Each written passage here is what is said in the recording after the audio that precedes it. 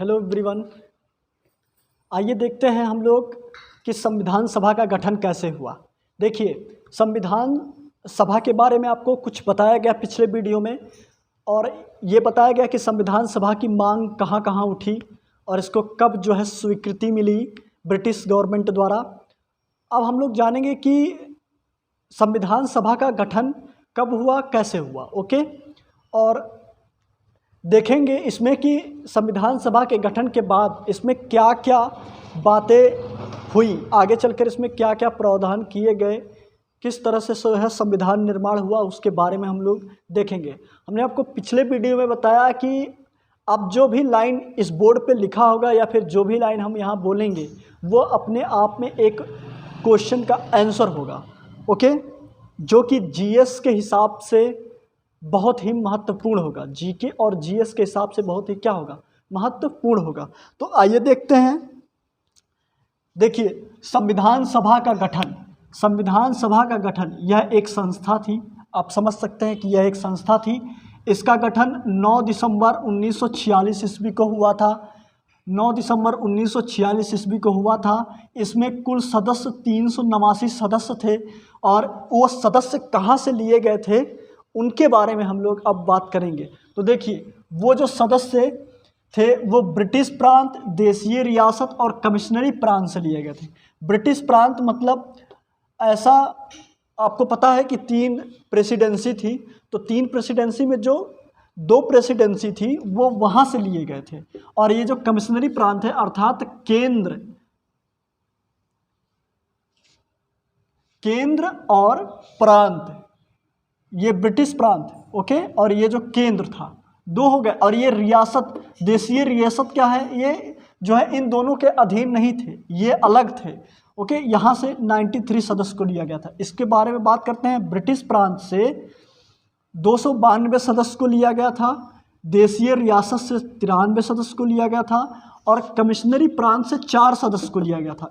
कमिश्नरी प्रांत क्या है, आपको बताया जा चुका है कि जो गवर्नर जनरल होता था, जैसे बंगाल, तो बंगाल का जो एरिया था वो क्या था, वो केंद्र था।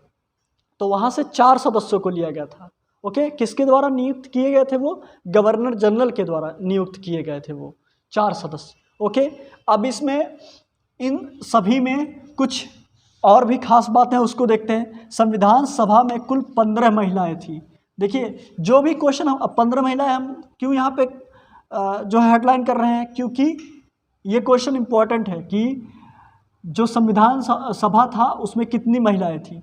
तो ये क्वेश्चन इम्पोर्टेंट है। संविधान सभा में 15 महिलाएं थी, ठीक है, जिसमें 4 प्रमुख हैं। ये 4 प्रमुख हैं, जैसे देखिए, सरोजनी नायडू, राजकुमारी अमृता कौर, सुचेता कृपलानी और विजय लक्ष्मी पंडित। इनका जब रोल आएगा संविधान सभा में तब इनके बारे में आपको हम बताएंगे कि इनका क्या रोल था। सरोजनी नायडू, राजकुमारी अमृता कौर, सुचेता कृपलानी और विजय लक्ष्मी पंडित का क्या रोल था, इसको आपको बताया जाएगा। तो इस वीडियो को पॉज करिए और इतना लिखिए। इसके बाद हम लोग पढ़ेंगे कि संविधान सभा द्वारा संविधान कैसे बनाया गया, संविधान सभा की कुल कितने बैठकें हुई। भाई सभा है तो बैठकें तो होंगी, तो संविधान सभा की कितने बैठकें हुई, किस बैठक में जाके संविधान बना, और ये संविधान कब लागू किया गया। ओके, और संविधान के अंतर्गत क्या क्या चीज़ें हैं उसको हम लोग पढ़ेंगे। पहले इस वीडियो को पॉज करिए और इतना लिखिए।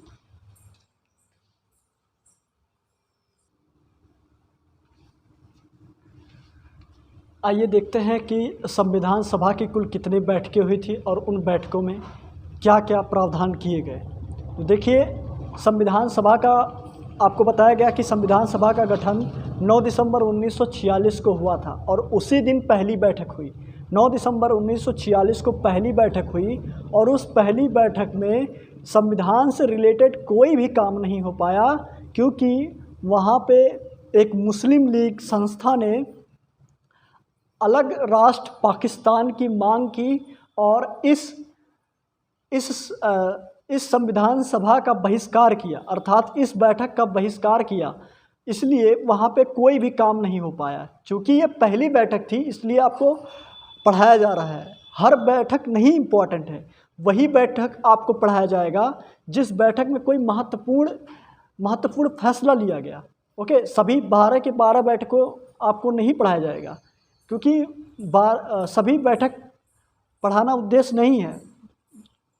जिस बैठक में कुछ अच्छा काम होगा, जिस बैठक में कोई महत्वपूर्ण काम किया जाएगा, उसी बैठक के बारे में आपको बताया जाएगा। तो देखिए, सबसे पहले यहाँ देखते हैं पहली बैठक के बारे में। देखिए, संविधान सभा की बैठक, संविधान सभा की कुल 12 बैठकें थी, लेकिन 11 बैठक में ही संविधान बनकर तैयार हो गया था। ओके, क्वेश्चन पूछा जाता है कि संविधान सभा की कितनी बैठकें हुई थी? कितनी बैठकें हुई थी? 12 बैठक हुई थी। कितनी बैठकें हुई थी?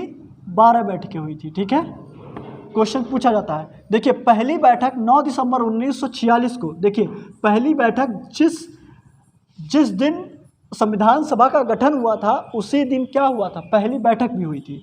9 दिसंबर 1946 को हुई थी, जिसमें कुल 211 सदस्य शामिल थे। देखिए, कितने सदस्य थे? 211 सदस्य थे। और कितनी महिलाएं थी? 9 महिलाएं थी। कितनी महिलाएं थी? 9।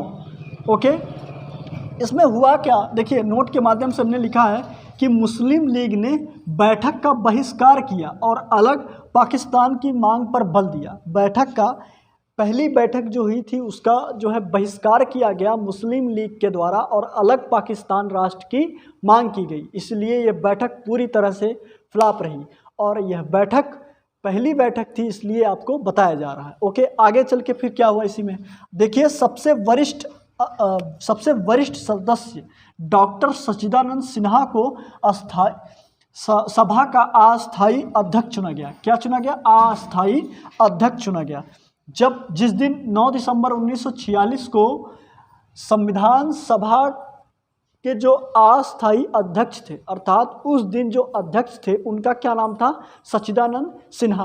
बाद में क्या किया गया? बाद में 11 दिसंबर 1946 को डॉक्टर राजेंद्र प्रसाद को संविधान सभा का अस्थायी अध्यक्ष निर्वाचित किया गया। क्या किया गया? निर्वाचित किया गया। ठीक है, ये थी पहले अध्यक्ष के पहले बैठक के बारे में जानकारी। पहली बैठक में कुछ हो नहीं पाया क्योंकि मुस्लिम लीग द्वारा इस बैठक का बहिष्कार किया गया। ओके, अब इसके बाद वीडियो को पॉज करिए, इसके आगे जो बैठकें हुई थी उसमें क्या क्या हुआ उसके बारे में देखेंगे। ओके,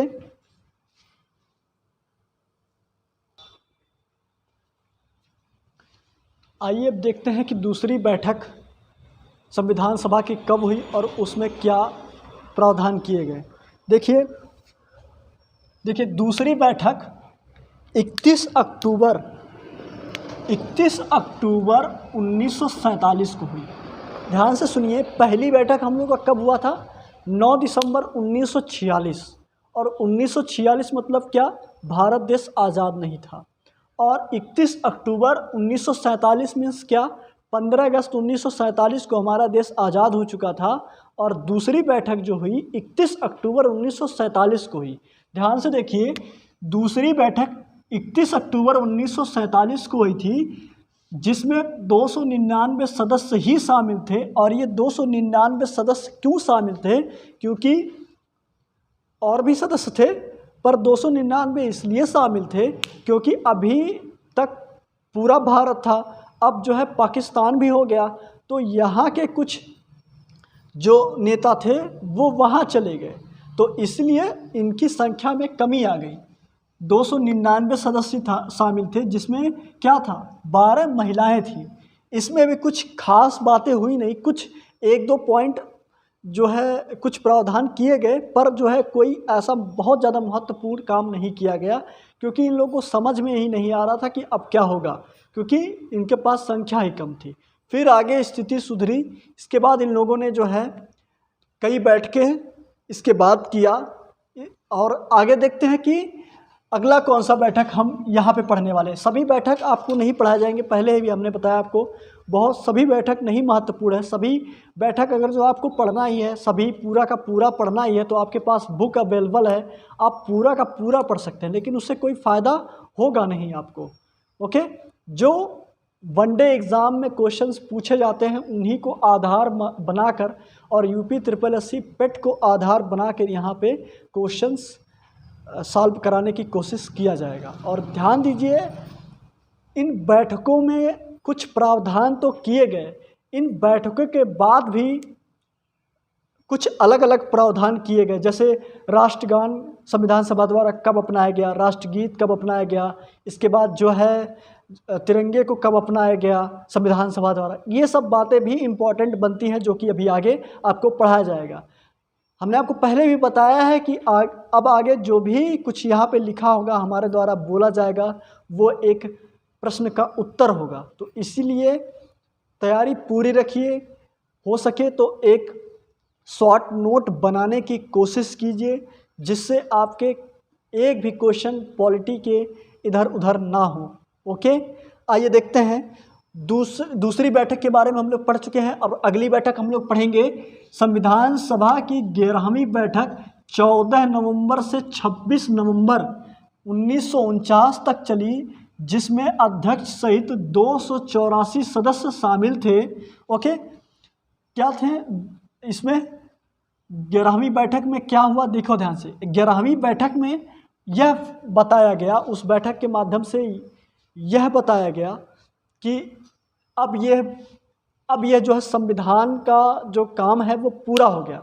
11वीं बैठक में संविधान निर्माण का काम पूरा हो गया।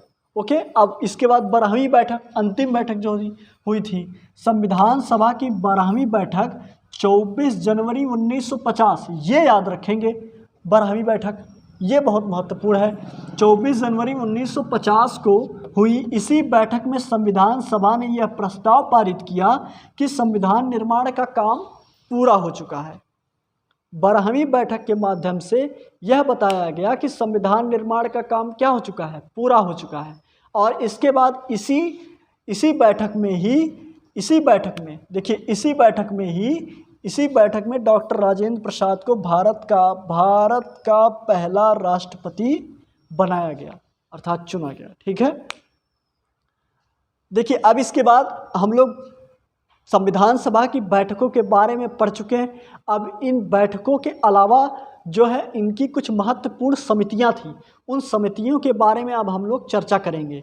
उन समितियों के द्वारा क्या क्या किया जाता था उनके बारे में हम लोग चर्चा करेंगे। उसके बाद हम लोग इसके पदाधिकारी के बारे में हम लोग चर्चा करेंगे कि इनके जो पदाधिकारी थे वो किस तरह के थे, क्या क्या थे, उनके क्या क्या नाम थे, उनका क्या क्या काम था, उसके बारे में देखेंगे।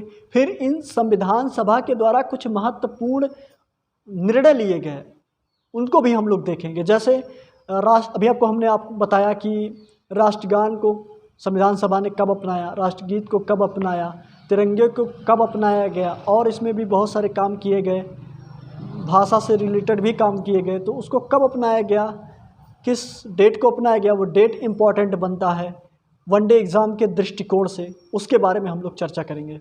तो फिलहाल के लिए इसको वीडियो को पॉज करिए, इतना लिखिए।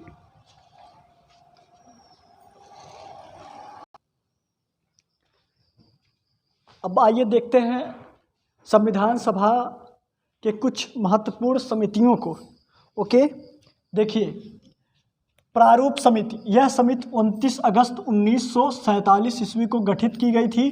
प्रारूप समिति का अध्यक्ष होने के कारण ही डॉक्टर भीमराव अंबेडकर को संविधान सभा का पिता कहा जाता है। संविधान का पिता कहा जाता है। क्या कहा जाता है? संविधान का पिता। देखिए प्रारूप समिति के जो अध्यक्ष थे, क्या नाम था उनका?